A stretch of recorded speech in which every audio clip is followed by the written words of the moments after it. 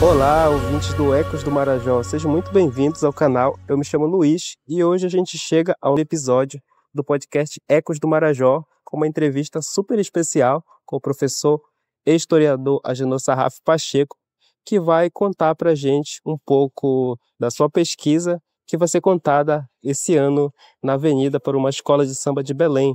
E eu queria inicialmente que você contasse um pouco como foi receber essa notícia sobre o Carnaval e que você será o homenageado.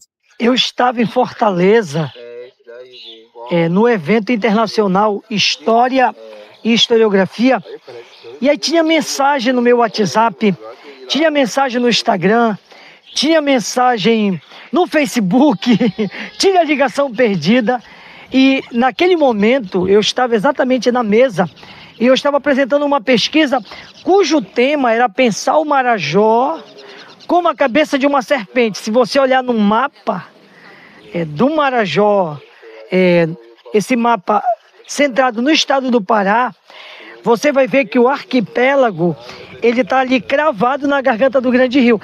Então eu estava falando disso e o telefone tocava, eu não podia atender.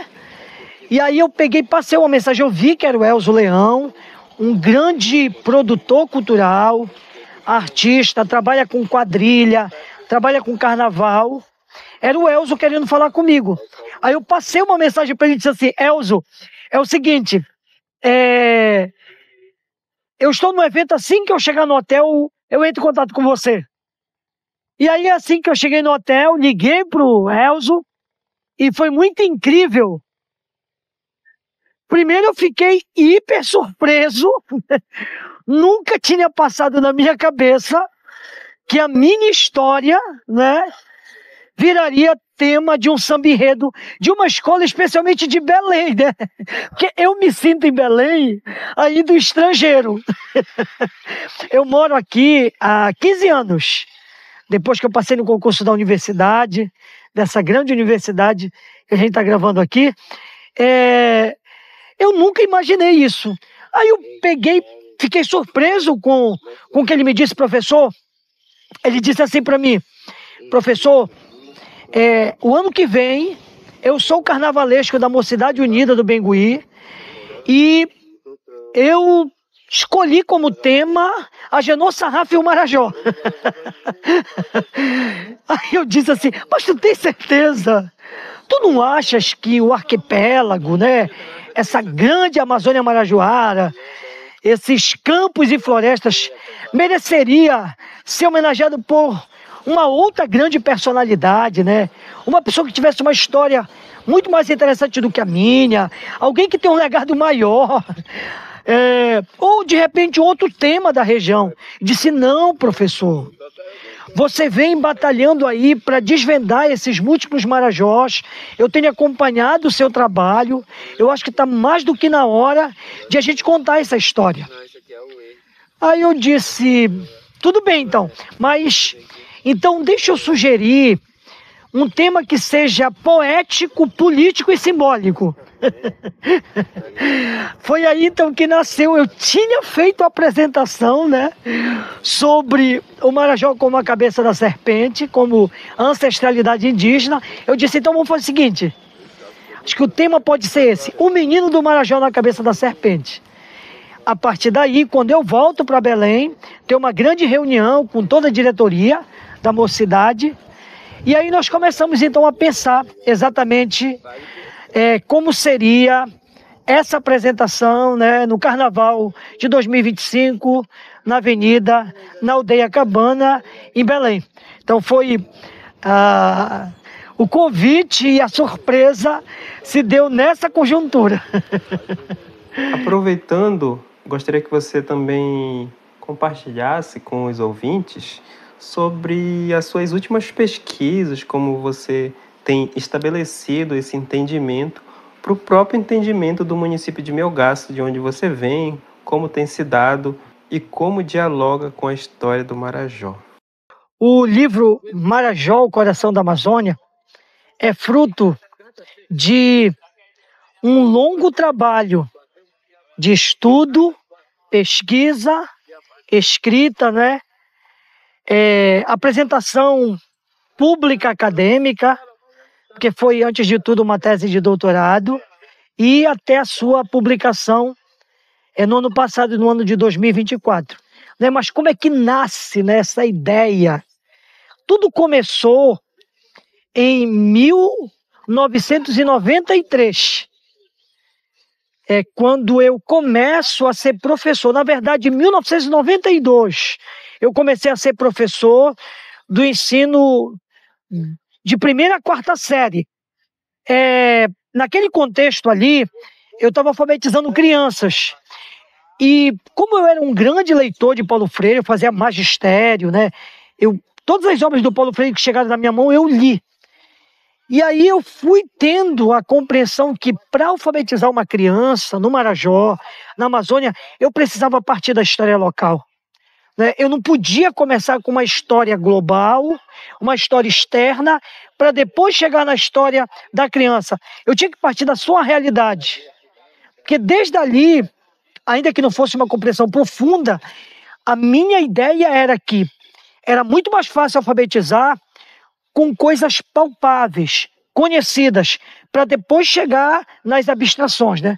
Pois bem, dito isso, eu em 95 passo no curso de História, na UFPA, fui aluno da interiorização, cursei de 95 a 99, e eu já vim então pesquisando, né? Essa história daquele município que é o município de Melgaço, o município, um dos municípios do chamado Marajó das Florestas. E o que eu percebia? Eu percebia a seguinte narrativa: todo mundo falava que aquela cidade, que naquele contexto era muito pequena, tinha sido uma cidade grande, desenvolvida, mas que entrou em decadência, foi governado por Breves e Portel e simplesmente quase desaparece do mapa. Então essa grandiosa história estava muito na memória, porque na prática era uma cidade pequena, como ainda é hoje frente a outras cidades de médio e grande porte. Pois bem, dando aula de estudos amazônicos, já aprendendo os métodos da pesquisa histórica, especialmente trabalhando com documentos e depoimentos orais, especialmente história oral, eu tive a seguinte ideia, e eu acho que essa ideia, assim, ela foi uma ideia que até hoje atravessa a minha longa história de educador. Não por acaso eu estou ministrando um curso agora sobre Oficina de História 2, e o primeiro grande eixo foi ensinar aos alunos como pesquisar com história oral, como fazer uma entrevista, como produzir. Então eu peguei aquelas crianças eram 10, 11, 12 anos, crianças muito falantes, meus alunos de quinta série. Eu disse, olha, a gente vai conhecer a história de Melgaço, só que a gente vai conhecer a partir das histórias dos moradores locais. E aí foi muito incrível porque as crianças toparam, né? E criança adora, né? Então, como é que eu fiz? Eu organizei grupos de 5 crianças, da turma de quinta série, e selecionei moradores antigos, acima de 60 anos, que moravam em Melgaço, que podiam contar a história do espaço rural e do espaço urbano. E nós, então, entramos em contato com esses narradores, pedimos a permissão, pedimos para participarem, colaborarem com esse projeto. Todos eles adoraram, e nós íamos com os grupos de crianças. Imagina essa cena: 5 crianças sentadas no chão na casa da dona Martinha, e a dona Martinha contando as suas memórias do mundo rural, da cidade quando chegou, do mundo do trabalho, das festas. E isso foi fazendo com que eu entendesse, a partir de Melgaço, a conexão de Melgaço com o Marajó mais amplo. E qual o significado da serpente como elemento central do enredo e que mensagem você espera que ela transmita no Carnaval 2025? A presença da serpente na cosmogonia e cosmologia amazônica e marajoara é muito forte. Pesquisando desde a cerâmica marajoara, passando pelo relato de cronistas, naturalistas, viajantes, literatos, até a grande tradição oral, a gente percebe que nesse imaginário a serpente é a fertilidade, é a vida. Se você olhar com calma os motivos ornamentais da cerâmica marajoara, você vai ver sempre dentro um ventre materno e uma cobra, e uma serpente. Isso mostra que na concepção ameríndia marajoara, a cobra ela é o início e o fim, ela é a vida. E a ideia de a escola de samba trazer o termo Menino do Marajó na cabeça da serpente foi exatamente para valorizar o ponto de vista ameríndio, né? Porque se apresenta nas várias narrativas que trazem sempre o ponto de vista das populações marajoaras. E na narrativa da Alcidiana, tem um momento que a Negra Amélia incorpora uma entidade africana e aí ela canta a partida da cobra que vai deixar o rio morto. Então, a própria escola de samba, ela vai ser uma grande serpente na avenida e a mensagem é: se a gente não valorizar os saberes ancestrais, se a gente não valorizar as histórias locais, se a gente não valorizar os saberes das populações que sustentaram a vida e a floresta amazônica, a serpente vai partir. E a partida da serpente é a morte do rio e a destruição do próprio planeta. Então, assim, acho que a grande mensagem que a escola vai deixar é isso. Em meio a esse mundo moderno, urbanocêntrico, europeu, você precisa olhar para os verdadeiros saberes que defendem a vida, o equilíbrio na relação cultura e natureza. Muito bem, professor. E para finalizar, como você acha que o carnaval pode ajudar a promover o conhecimento e a valorização da identidade marajoara? O carnaval, como uma grande manifestação artística e cultural, é um momento de encontros, trocas culturais, mas acima de tudo o carnaval é um momento de uma grande aula, uma aula pública em meio, não é, à festa, à celebração da vida. O carnaval ele é um texto, e geralmente é um texto que conta outras histórias, não é? Geralmente é um texto que desvenda outros mistérios da vida e segredos. E tem algo fundamental para mim, que o carnaval ele pode implodir com a concepção oficial de escrita da história. Geralmente as escolas de samba fazem grandes pesquisas e trazem para a avenida a partir de uma perspectiva artística, poética, lúdica, política, uma forma de narrar acontecimentos, fatos, histórias que levam as pessoas a refletirem e, acima de tudo, a conhecerem.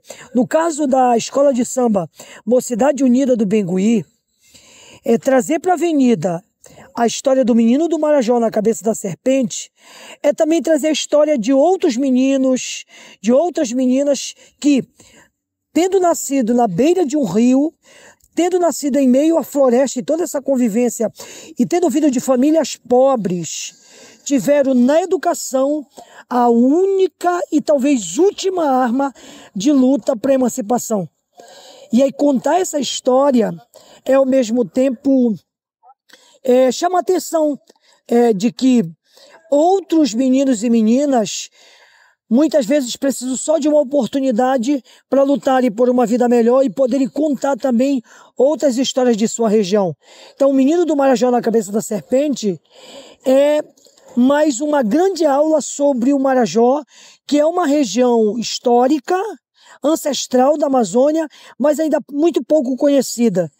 e às vezes divulgada na perspectiva mais negativa, e não se valoriza muito as histórias que realmente explicam melhor a região e o seu lugar na história da Amazônia. E chegamos ao final de mais um episódio do Ecos do Marajó.